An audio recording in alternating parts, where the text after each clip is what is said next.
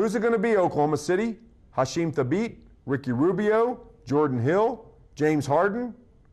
From the Opubco Studios, I'm Mike Sherman, and this is Inside Thunder Basketball with Darnell Mayberry. Darnell, who is the Thunder going to take at number 3 in the NBA draft? The best case scenario for the Thunder is for the Memphis Grizzlies to take Hasheem Thabeet with the number 2 pick, leaving Ricky Rubio at number 3 for the Thunder. If they had a chance at Ricky Rubio, you can slide Russell Westbrook to the 3 or to the shooting guard position and slide Ricky Rubio in as your playmaking point guard, who Oklahoma City has craved sort of since day one, and they've seen Russell Westbrook. I think Ricky Rubio would be a perfect fit with Jeff Green, Kevin Durant, and Russell Westbrook, sort of distributing those guys the ball and getting everyone involved in the offense. That's your perfect scenario. Yet, the Memphis Grizzlies, they need a point guard too. They got Mike Conley. They drafted him with, the 4th pick a few years ago, Yep. third or 4th pick, and he hasn't set the world on fire. It looks like they may want Rubio as much as anybody else does, so then he's gone. Who do they take at 3? I think you have to take a long, hard look at Hasheem Thabeet, the 7'3" center out of Connecticut. I mean, he does exactly what you need. There are a lot of question marks about him, but what he does is rebound and block shots. He averaged 4.2 block shots a game at UConn last year. He was sort of their anchor in the middle. That's what this team needs. Nenad Kirstic is not that guy. Nick Collison is not that guy.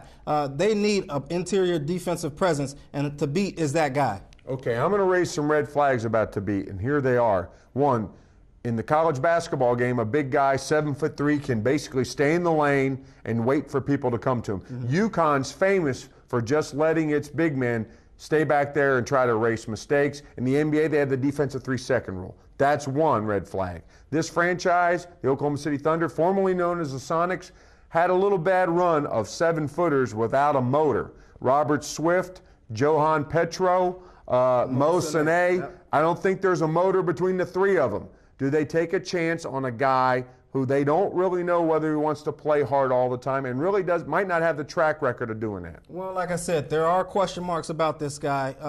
He's limited offensively. Does he really love the game? Does he have a passion for the game? Does he play hard every possession? Those are the answers, questions Sam Presti wants to try to find the answers to in the next month and a half leading up to the draft. So until they know something, hard evidence that points otherwise, whether this guy has a motor or not, I don't think they'll draft him. If they have any question marks about whether or not he can bring it every night, then you look at guys like Jordan Hill, the 6'10", 6'11" power forward from Arizona.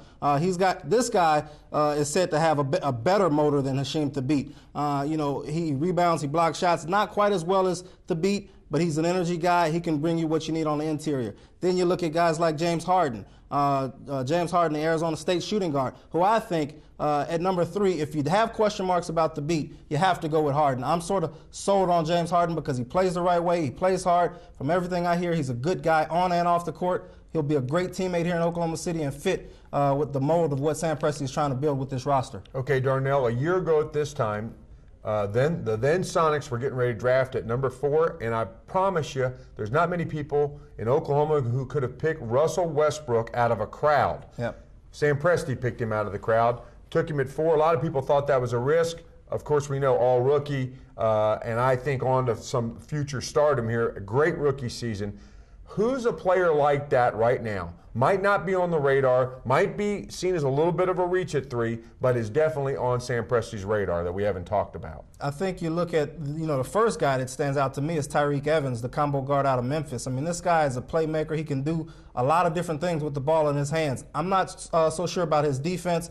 You pointed out one thing to me the other day. If you play at Memphis, you play for John Calipari, you have to play some sort of defense. So I think he's going to be okay on that end of the floor. But this guy is an exceptional talent, about 6'6", 220 or so. He can do a lot of things, and he's very athletic. You put Russell Westbrook with Tyreke Evans, Kevin Durant, Jeff Green, and then that Kirstic or whoever it's going to be as your center, then you have a real long and athletic front line. The other guy I'd mention is DeMar DeRozan from USC. He was only a freshman this year. He came in, not the most polished guy in the NCAA, but he's long and athletic. He's really raw, but he's got some exceptional talent that you can sort of tap into. A lot of that stuff, they say you can't teach size, speed, quickness. He has it, but you can't teach a jump shot. You can't teach sort of basketball smarts. and he plays hard. So I think if you're looking at talent, just raw talent, you're looking for upside, DeMar DeRozan might be your guy. Thanks, Darnell. Listen, that's all for now for Inside Thunder Basketball, but you can stay with the best coverage team on all things related to the NBA draft and the Thunder. The draft's coming up June 25th, and you'll be able to visit News OK every day for the news and information on all the draft prospects. And be sure to pick up a copy of the Oklahoman every morning.